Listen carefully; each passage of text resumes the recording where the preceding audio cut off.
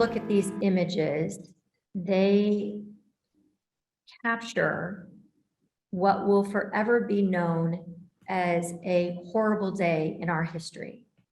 You probably remember certain days, November 22nd, 1963, the day Kennedy was shot.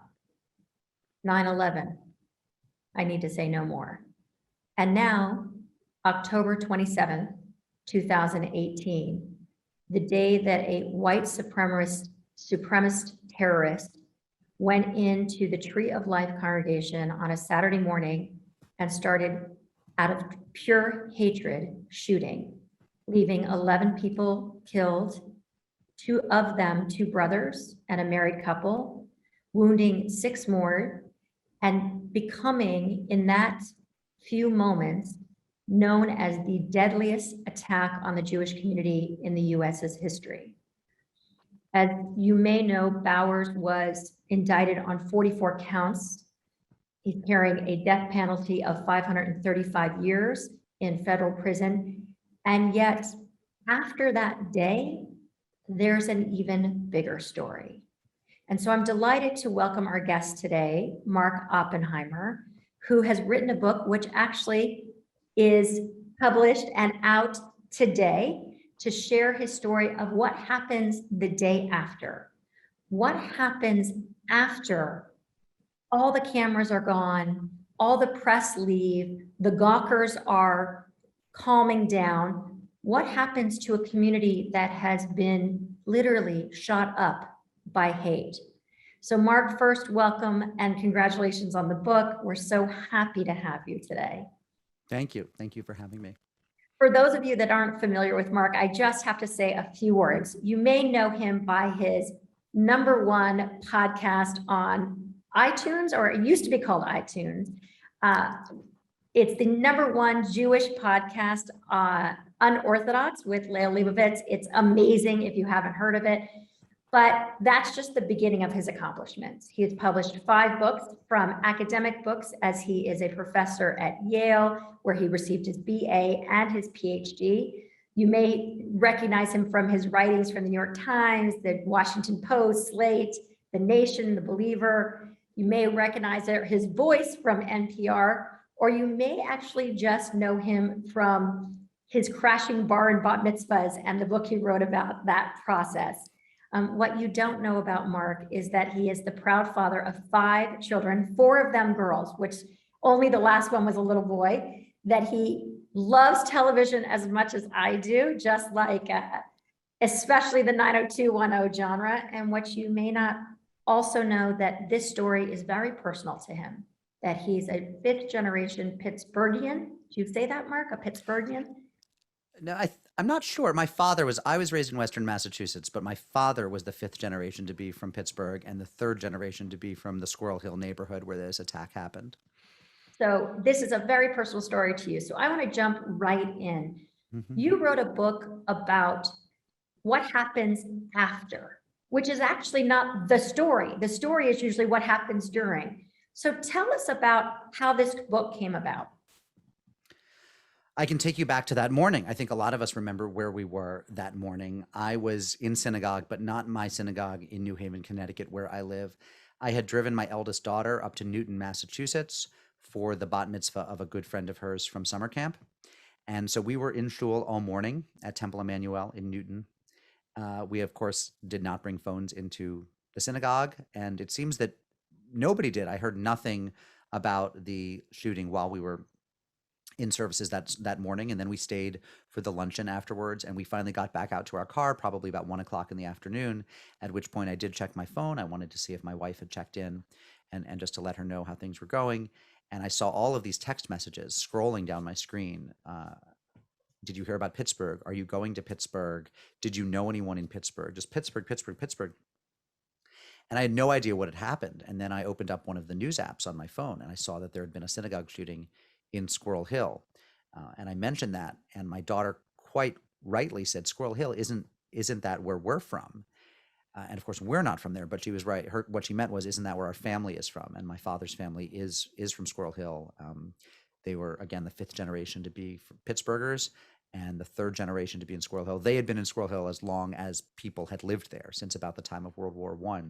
So I very immediately felt a personal connection to this tragedy. I think we all feel connections as human beings whenever there's an act of mass terror. I think that Jews naturally feel a certain special connection when there are attacks on Jews. I felt another special connection given that this was an attack on Pittsburgh Jews, because again, that was my family, and I still have family in Squirrel Hill. So I began going, and I made my first trip within a few weeks to Pittsburgh. I ended up making 32 more trips over Wow. 18 months, interviewed about 250 people. And I very quickly realized that the story I wanted to tell was not the story of the shooter or even of the victims. The victims certainly each deserve a book of their own. They were 11, good people who left behind people who loved them very, very much. And that's a very sad story. But that wasn't the book I wanted to write. And I didn't want to write a book about the shooter. I was not particularly interested in learning more about his white supremacist ideology, his bigotry, his anti-Semitism, his hatred. Learning more about how the alleged shooter got to be that way did not strike me as a very interesting or Right, which fulfilling all too project. often happens, right? They focus on the shooter and they focus on, Yeah, and that draws even more attention to that which we don't shooters want. are shooters are sort of boring in their way, I find, and I was just not interested in the ideology. It's not an interesting ideology. It's not a sophisticated one. It's not a beautiful one. It's just an ugly and boring one. But I Mm. was very interested in this neighborhood, and I wanted to write a book in which the neighborhood was the protagonist, because I knew that this was a singular and unique neighborhood. It's the oldest, most stable Jewish neighborhood in the United States. Other Jewish neighborhoods have come and gone, but this neighborhood has been about one-third Jewish from the start for about a century now. And it's just has many multi-generation families, a lot of stability, a lot of coherence, a lot of loyalty. And I felt that there would be something special in how these people pulled together in resilience in the aftermath of this crime. And that's what I wanted to find. So it's so refreshing because also by not focusing on the shooter, by not focusing on that story, you're telling us what happens after a community goes through tragedy, which I think is a bigger story than just Squirrel Hill. But first, tell me a little bit about what makes Squirrel Hill so special. I mean, people talk about it like it's this angelic place. In my book, I say that my father grew up in a little Jewish Eden. And I think that's true. There are other wonderful neighborhoods, Jewish and not Jewish. And I should say that Squirrel Hill has never been majority Jewish. It is mostly Gentile. It is ethnically diverse, has people from all sorts of racial groups. A rising number of people of East Asian ancestry live there. Muslims, African Americans, South Asians, and so forth. It's seen as a gay-friendly neighborhood. There are many queer couples who live there and non-traditional families. And it's a pretty special place. What makes it even more special than a lot of other neighborhoods that could be described that way is that it has had this Jewish character for so long. There are other Jewish neighborhoods that have come and gone since. You look at a neighborhood. My wife is from the Lower East Side of New York, which around 1920 had perhaps as many as 500,000 Jews. It was the largest concentration of Jews in the world, in America or Europe or anywhere. Today, my in-laws still live there in the same apartment my wife grew up in. It still has a number of Jews on the Lower East Side, but the percentage of Jews is just infinitesimally smaller. Other neighborhoods that we think of as Jewish often became Jewish after World War II. And Squirrel Hill is pretty special in that it has had a Jewish character, a Jewish shopping district, kosher food, Judaica stores, Jewish bookstores, and so forth for about a century now, which is just a long run, and it's a remarkable level of stability. And it's not surprising then that it's one of those neighborhoods where when the children move away, they often, when they have children of their own, say, I want to move back. And I met a bunch of families like that when I was there, people who moved back into their childhood homes because they'd been off to New York or Chicago or LA and said, I just don't think there's any better place to raise a family than Squirrel Hill. Right, there's just a lot of loyalty to this place and love. So you Mhm. mentioned you did 250 interviews. Just About, yeah. yeah, 250 is Yeah. not a small number. No. And there's so many crazy good stories in the book. Tell Yeah. me, how did you select who to include in the book and why? So maybe you could focus on one. I have my favorites, but I'm interested in what your favorite was. Well, I mean, I think to my mind, it's the job of a journalist is always to tell true stories that the journalist has access to that other people might not have access to. It's a tremendous privilege to get to do this for a living and to be invited into people's lives and to get paid to go live out your curiosity, right? So obviously I Just did like a want to talk. rabbi. something like that, but Yeah, and with similarly bad hours, right?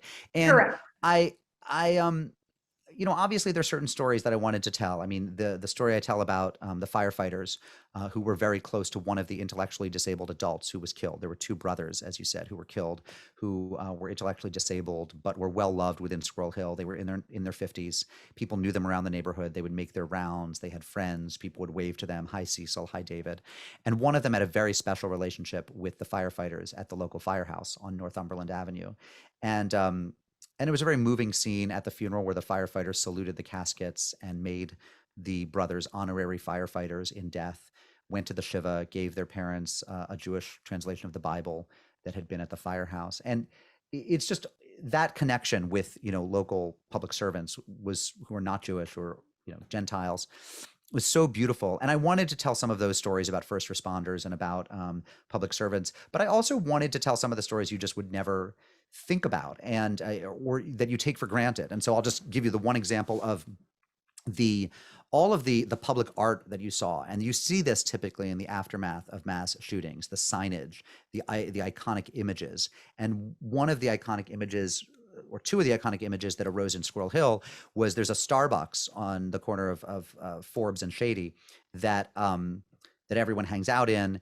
And on the Tuesday after the shooting, there were some painted windows, and they were painted with Jewish letters that said Ahava, Chesed, and Tikva, love, kindness, and hope. And that painting, and they're still there, I believe, that signage painted in the windows of the Starbucks for everyone to walk by. Thousands of people a day must walk by.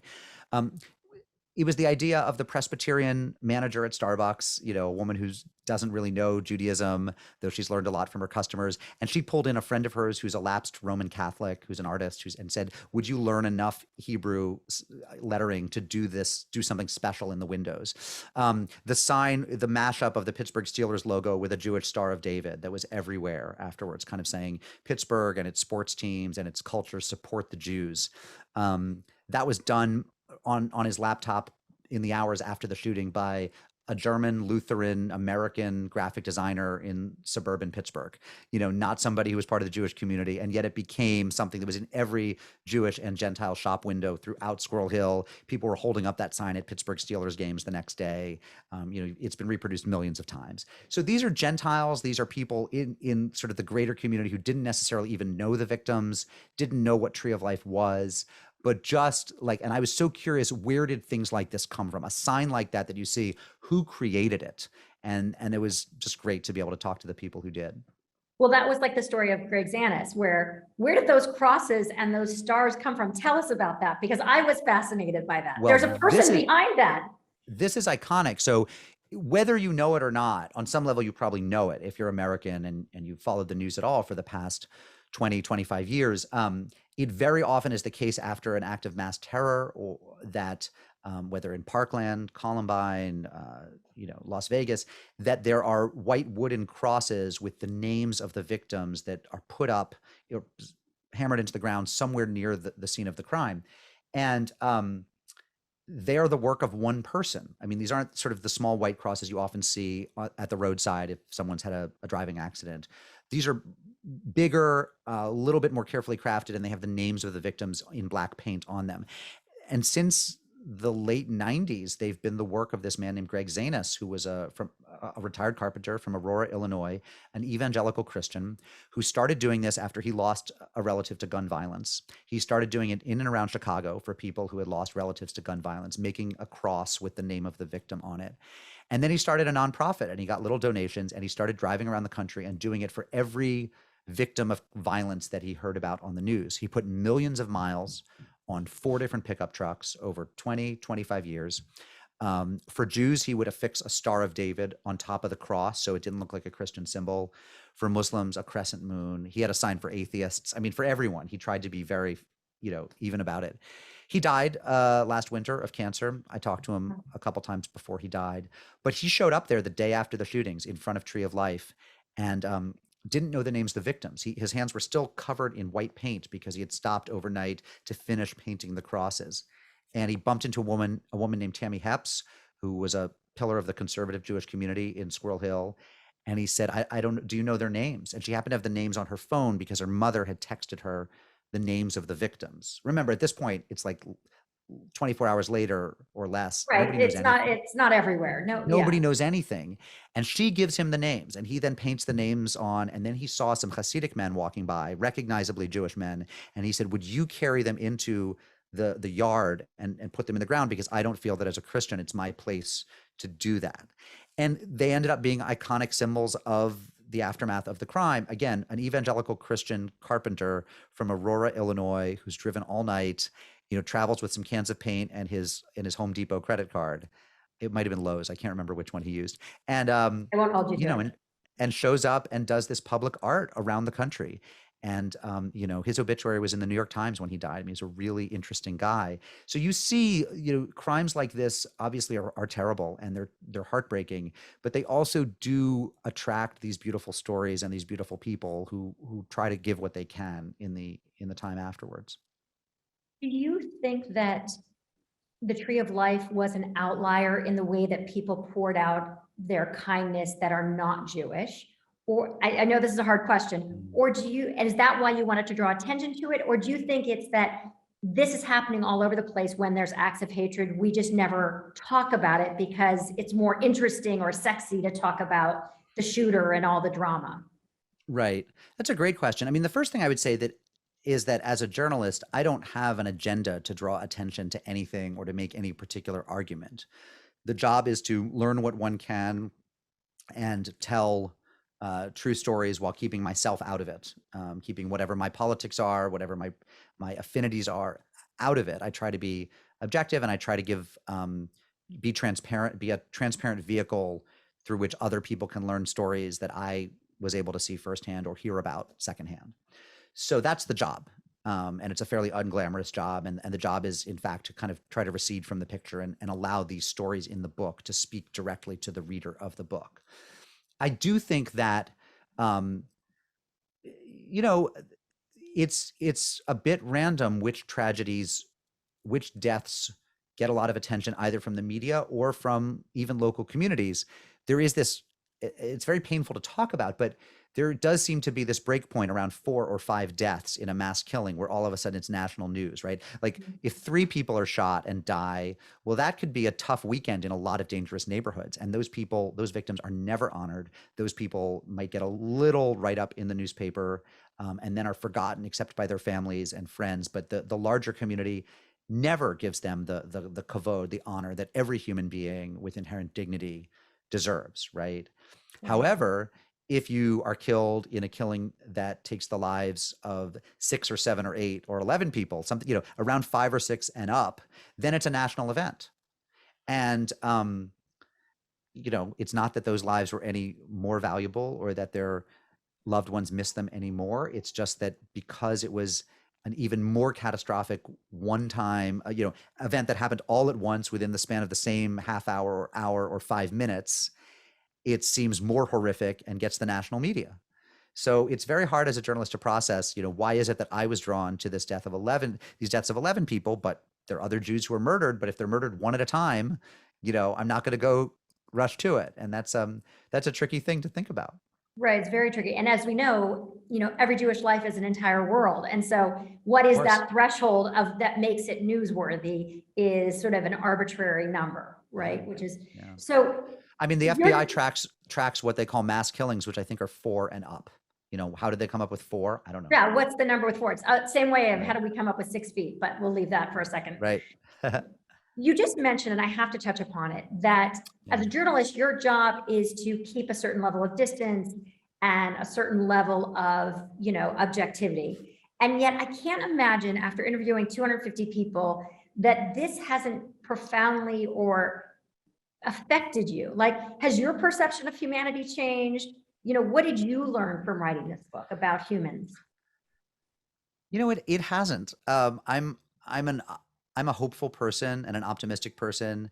I think a lot of this is genetic, is my temperament. I tend to see the brighter side of things. I think a lot of it is what do we hold in our memory? Some people, when they go to bed at night, hold the worst things that happened to them that day. And some people could have had the same stuff happen to them, but they'd hold the best things.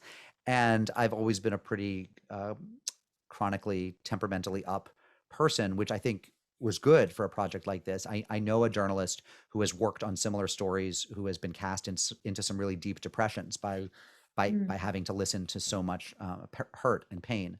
Um, I did choose to work on Squirrel Hill for a reason, which is that I thought that there was going to be some interesting.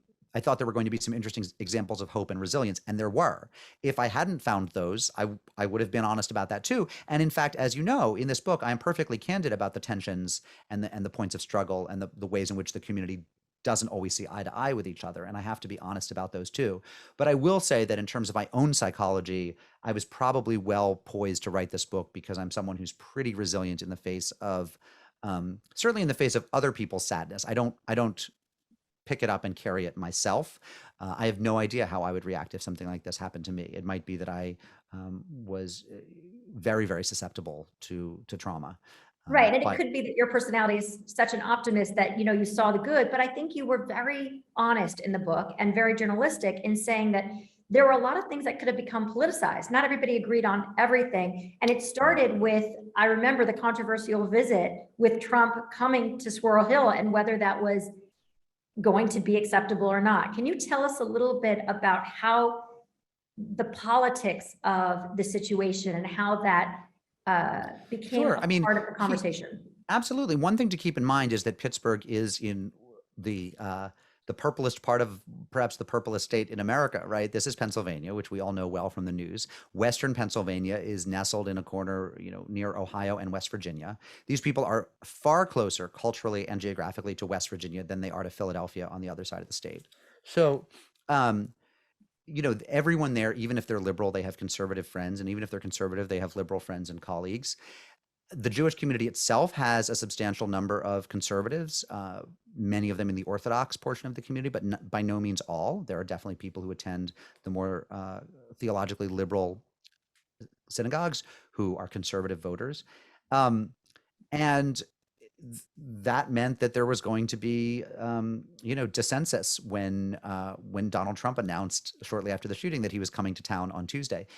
A lot of people felt that, of course, he should come. He's the president. What would we think of him if he didn't come? Some people felt under no circumstances should he come, and there were many who felt that what they saw as his coziness with white supremacist ideology and white nationalism had given fuel to the shooter or to people like the shooter, and therefore it would be particularly tacky for Trump to come.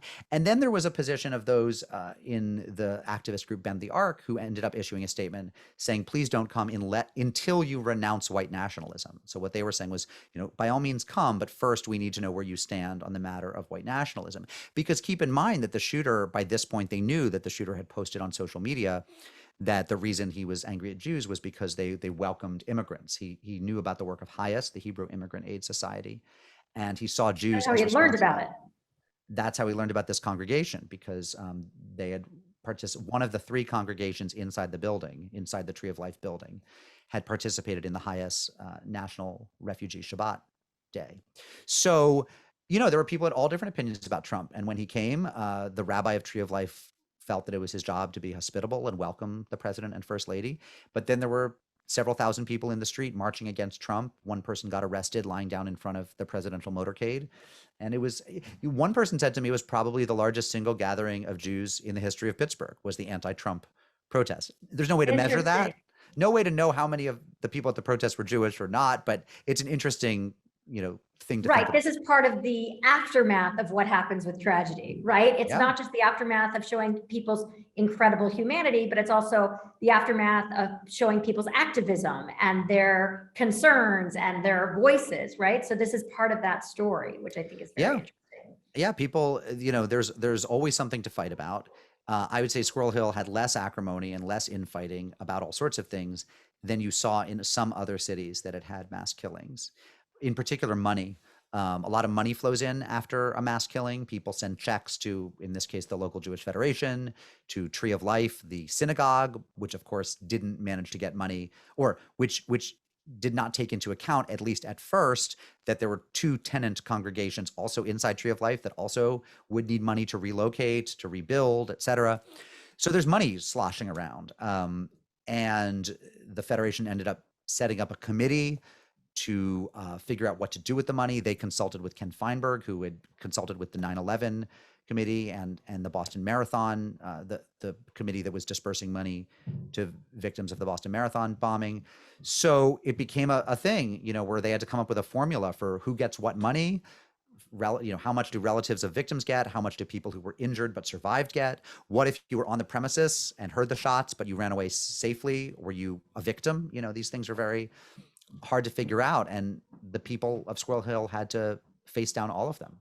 Right. There's actually an interesting movie that just came out called Worth that talks about it with 9/11 of how those decisions were made. Do you think Squirrel Hill's identity has forever changed because of this tragedy?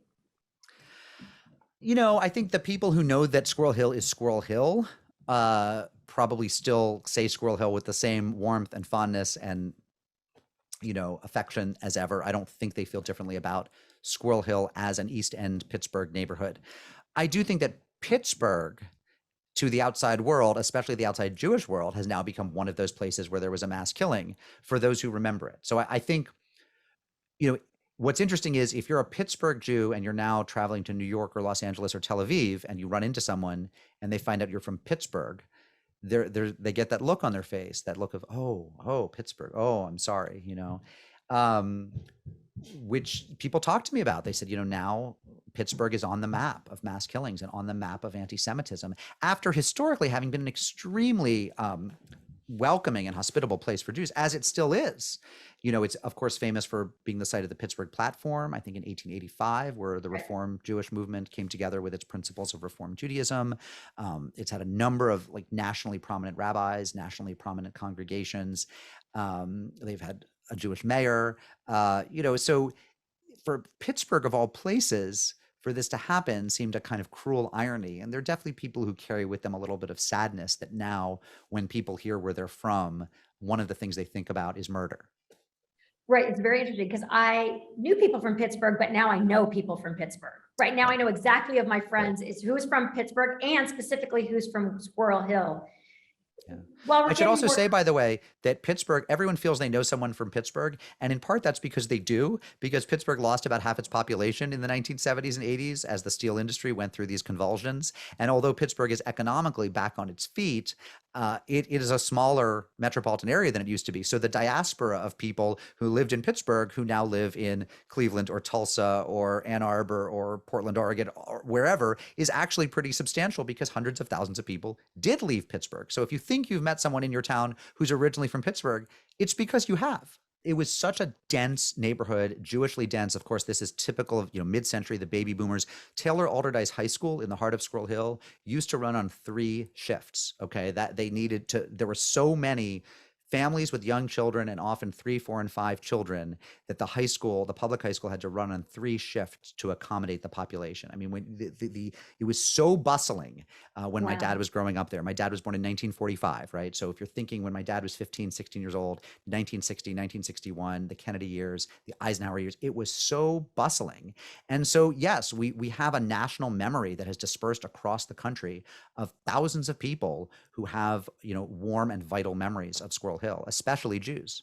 There seems to be differences between the reaction to Squirrel Hill and from the reactions to the initial shootings at Jersey City grocery store and the attack in Muncie. And each of these cases, the media seems to be trying to explain the shooting in different ways.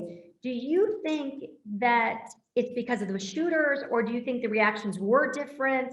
I think I'm trying to, contextualize this question. Right. So there have been a number of shootings of Jews in the United States since the attack. The first, of course, was 6 months later in Poway in San Diego County, where the rabbi lost a finger and there was a woman who was murdered. This was at a Chabad and Chabad services during Pesach, the 6 months after. So that was in 2019. And there was the attack on Orthodox Jews in Jersey City and a rabbi's house in Muncie, New York. Yes, and there have been a lot of violent attacks on Jews in Brooklyn, in Borough Park, in Williamsburg, principally Orthodox Jews, and they don't get as much attention. Look, first of all, to be fair, one has to say the murder of 11 Jews, as I said before, when the numbers get that high, it's going to get a lot of attention, right? The Mother Emanuel shooting in Charleston, South Carolina, where 9 African-American Christians were killed, did get a lot of attention. The Pulse nightclub shooting in Orlando, Parkland, at a certain number, certainly once you're in double digits or close to it, you are going to get a lot of attention. So that is an important factor here. It is also worth saying that I think the secular media cares less about the lives of Orthodox Jews. There's simply no question that they see themselves reflected less in, black hat Haredi and Hasidic Jews, or even the modern Orthodox. There's less sympathy. There's a greater sense that somehow they brought it on themselves. There's less compassion. There's often a kind of sneering in the way that the articles are written. I remember one article in the New York Times, they changed it actually shortly after it went to print, but in the initial version that was posted online, it was an article about vaccine resistance. This was during COVID among ultra-Orthodox women in Rockland County. And the article said something about, a room full of women divided from the men, many of them with their pregnant bellies showing. And I thought, why on earth are they describing the reproductive state of these women? These are adult women at an event to learn something. And whether or not they're pregnant seems to not matter at all. But of course, because they were Orthodox, it was okay to write about these women as if they were just baby factories. And I see it all the time. And I think that to many in the media, the lives of Orthodox and highly observant Jews count less and get less attention. That is a conversation we must have. We must have you back to just talk about Anytime. that, because I think that conversation is so crucial. I do think there is a bias in American media, and there's always a pejorative sort of critique of the Orthodoxy because they don't see themselves, right? And they don't think it's what America sees. And yet it's very judgmental, it's very critical, and it's based in nothing. So, and meanwhile, the visibly religious Jews, generally because they're in Orthodox garb, are the ones who take the brunt of whatever, although except in this case, interestingly, at Tree of Life, where it was not Orthodox Jews who were murdered, but typically the Orthodox are far more likely to suffer violence and also just to suffer low-level street harassment, people yelling things out at them, from their cars passing by. And whereas most American Jews, who most of us are white passing and perceived as white and white presenting, and don't seem to be from an exotic, microculture or outsider group, and don't tend to suffer that very much. And so, we all need to think more deeply about how we treat and how the media treats our observant and more visibly observant cousins. what do you think that Jewish communities should learn from this aftermath at Squirrel Hill and non-Jewish communities? Only that neighborhood matters, which is something that we already knew, but I think that the stories I tell are and I really, I hope people get into the book and really see these stories, because they are stories. There's so many interesting narratives here. And they're stories of what can happen when people live close to each other. When you have one square quarter mile or half mile in which you have, the kosher market, the large supermarket that's not, that has a kosher section, but is for everyone, the post office, the library, the public high school, the Jewish day schools, the Presbyterian church where Mr. Rogers worshiped for decades, the Mr. Rogers, right? This was his neighborhood, literally. When you have all of these institutions, the little shops, the candy shop, the bakery, et cetera, all within walking distance of each other, people just know each other better. And I do think that means that people are better positioned to help each other when they need help. And I think that's a lesson we all have to learn. We really need to see each other. Thank you, Mark. We hope you'll come back many times.